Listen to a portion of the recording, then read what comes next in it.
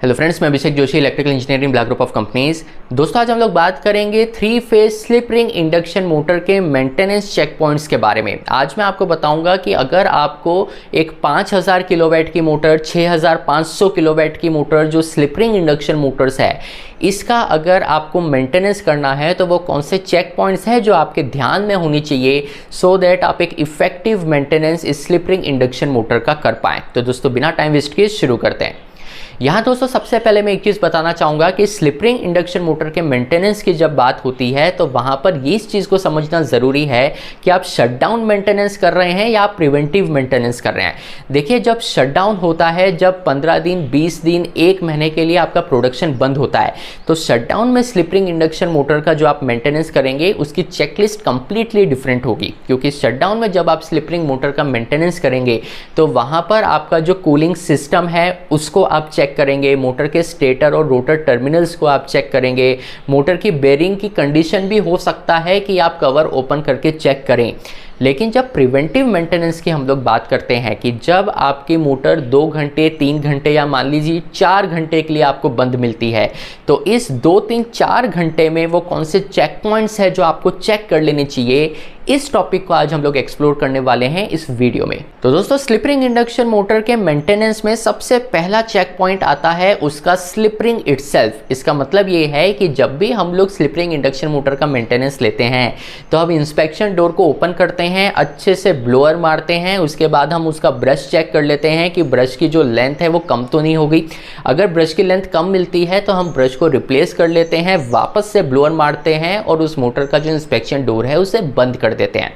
लेकिन आपको उस मोटर का जो स्लिप रिंग है उसकी कंडीशन एक बार ज़रूर चेक कर लेनी चाहिए। आपको ये चीज़ ज़रूर देख लेनी चाहिए कि आपके मोटर का जो स्लिप रिंग है उसका सरफेस स्मूथ है कि नहीं, उसके सरफेस पे बर्निंग मार्क्स है कि नहीं, उसका जो सरफेस है वो अनइवन तो नहीं हो गया है, उसके जो सरफेस है उस पर बहुत ज़्यादा कार्बन डिपोजिशन तो नहीं हो गया है। ये सारी चीज़ आपको स्लिप रिंग में चेक करनी चाहिए।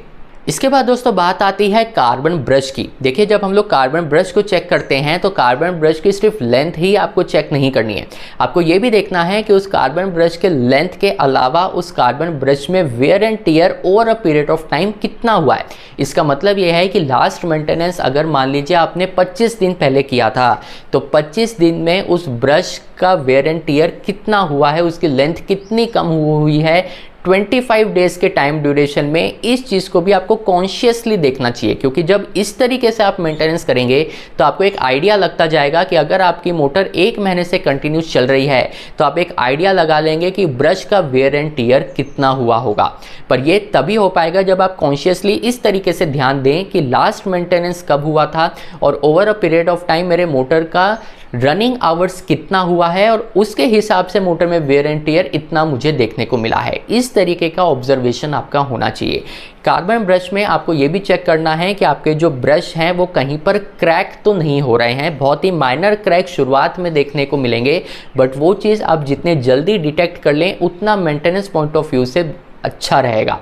इसके बाद दोस्तों, कार्बन ब्रश को ब्रश होल्डर में उसका मूवमेंट कितना स्मूथ है ये भी आपको चेक करना है। अगर आप कार्बन ब्रश को रिप्लेस कर रहे हैं तो रिप्लेस करने के बाद ब्रश होल्डर में उसका जो मूवमेंट है ये कहीं स्टकअप तो नहीं हो रहा है। बहुत ही ईजिली कार्बन ब्रश का मूवमेंट ब्रश होल्डर में होना चाहिए।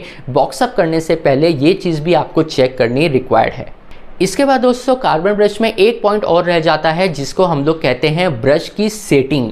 जब आप कार्बन ब्रश को ब्रश होल्डर के थ्रू लगाते हैं तो आपके ब्रश की स्लिप रिंग में सिटिंग कैसे रही है, ब्रश का कांटेक्ट आपकी स्लिप रिंग में किस तरीके से है, ये भी आपको चेक करना चाहिए। क्योंकि अगर एक अच्छा इवन कांटेक्ट आपका ब्रश का नहीं है तो यही चीज़ स्पार्किंग में डेवलप होगी और over a period of time आपको ये देखने को मिलेगा कि आपके स्लिप रिंग में स्पार्किंग हो रही है। तो ये तभी होता है जब ब्रश होल्डर में आपका जो ब्रश है उसकी सीटिंग प्रॉपर ना रहे। तो ये कुछ वो पॉइंट है जो ब्रश के एंगल से आपको चेक कर लेने चाहिए। इसके बाद दोस्तों अगला चेक पॉइंट आता है आपके कार्बन ब्रश का स्प्रिंग प्रेशर। जब आप carbon brush slip ring induction motor में लगाते हैं तो उसके स्प्रिंग का जो प्रेशर होता है, जो स्प्रिंग आप खींच के देखते हैं कि कार्बन ब्रश आपके होल्डर में फिट बैठा है कि नहीं बैठा, वो कहीं स्टकअप तो नहीं हो रहा, ये स्प्रिंग प्रेशर कितना रहना चाहिए, ये मैन्युफैक्चरर के थ्रू रिकमेंडेड रहता है। तो इंडस्ट्री में एक टूल किट भी रहती है जिससे आप ये चेक करते हैं कि आपके जो ब्रश होल्डर है उसका स्प्रिंग प्रेशर कितना है। ये स्प्रिंग प्रेशर आपके मैन्युफैक्चरर के रिकमेंडेशन के हिसाब से है कि नहीं है, ये भी आपको टाइम टू टाइम चेक करना चाहिए। क्योंकि स्प्रिंग का प्रेशर अगर रिकमेंडेशन से कम रहा, बहुत ज़्यादा लूज अगर आपका स्प्रिंग का प्रेशर रहता है तो उसके वजह से ब्रश का कॉन्टैक्ट सही नहीं हो पाता, जिसके वजह से स्पार्किंग होने के चांसेस बहुत ज़्यादा बढ़ जाते हैं। लेकिन अगर आपके स्प्रिंग का प्रेशर ज़्यादा है तो उसके वजह से ब्रश का जो वेयर एंड टियर है उसकी फ्रीक्वेंसी बहुत ज़्यादा बढ़ जाएगी, ब्रश बहुत जल्दी वेयर एंड टियर होने लगेंगे, आपकी स्लिप रिंग में मार्किंग आने लगेगी, ये सारी प्रॉब्लम आपको फेस करनी पड़ सकती है। इसलिए ब्रश का जो स्प्रिंग प्रेशर है ये रिकमेंडेशन के हिसाब से ही सेट होना चाहिए। इसके बाद दोस्तों अगला चेक पॉइंट आता है आपके ब्रश होल्डर। जो आपके ब्रश होल्डर हैं जिसमें आप ब्रश को लगा रहे हैं, इस ब्रश होल्डर का अलाइनमेंट सही है कि नहीं, ये ब्रश होल्डर कहीं पे क्रैक तो नहीं है, ये ब्रश होल्डर के अंदर कहीं कार्बन डिपोजिशन तो नहीं हो रहा है, ये सारी चीज़ें ब्रश होल्डर में भी आपको चेक करनी चाहिए। इसके अलावा फिर आप अगर एक नॉर्मल ब्लोअर मारते हैं कि कार्बन डिपोजिशन जहाँ पर भी हो वो वाइप अप हो जाए, तो वो एक सूटेबल प्रिवेंटिव मेजर्स हम कह सकते हैं। लेकिन ये सारी चीज़ें चेक करने के बिना आप सिर्फ ब्लोअर मार देते हैं और कार्बन ब्रश को रिप्लेस कर देते हैं तो आप एक सही प्रिवेंटिव मेंटेनेंस प्रैक्टिस फॉलो नहीं कर रहे हैं। ये सारी चीज़ें अगर आप फॉलो करते हैं आपके मेंटेनेंस में तो मुझसे कमेंट बॉक्स में बिल्कुल शेयर करिएगा। मैं आपसे मिलता हूँ अगले हफ्ते ऐसे एक इंटरेस्टिंग टॉपिक के साथ, तब तक अपना ध्यान रखिए। Good bye.